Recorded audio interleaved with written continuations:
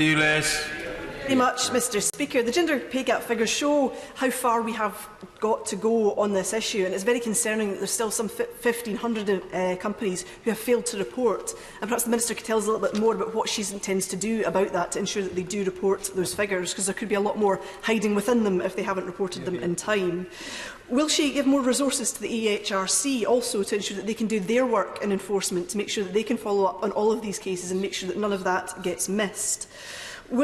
It occurs to me as well that the reporting is really just very much the start on this. This tells us where we are now, where women are now within the workforce.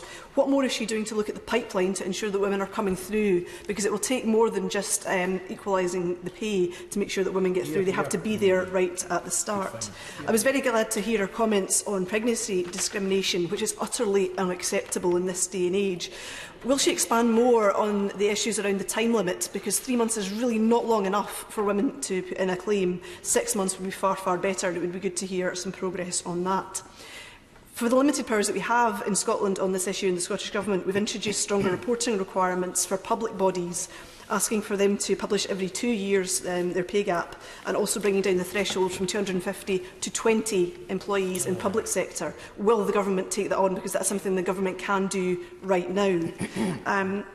And will we see more action? I was glad to hear that she is at least considering reducing the threshold for all companies to 150, because at the moment so many companies who employ women will be hiding. They will not be able to demonstrate this gap, and women will continue to lose out in these companies. They make up the majority of the workforce in the UK, I would argue, and they need to be held to account as well. Yeah. This is an extremely important matter, which I judged rightly, I think, warranted the urgent attention of the House. However, progress has been disappointingly slow. So if from now on, because we do have another urgent question, then substantial business thereafter, questions and answers could be a tad pithier, that would be greatly to our advantage. Minister. I apologise, Mr Speaker. I'm just so full of enthusiasm for this. So, anyway, I'll answer the honourable lady's questions.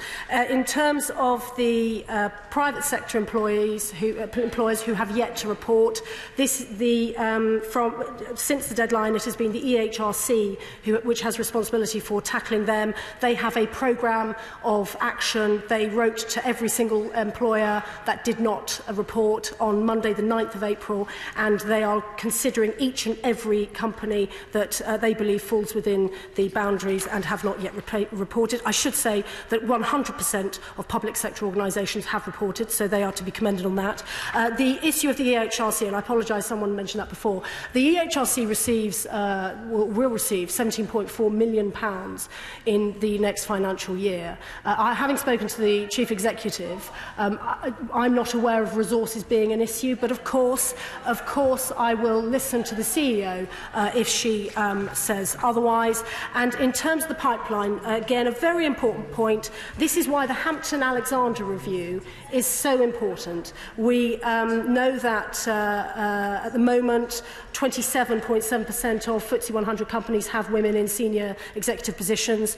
We want that to be 33% by 2020, which is the challenge to business, because that will mean that these businesses have to start recruiting for every 1 in 2, roughly, women for every 1 woman for every 2 places that come free. It's a challenge, and I hope the business community will live up to it.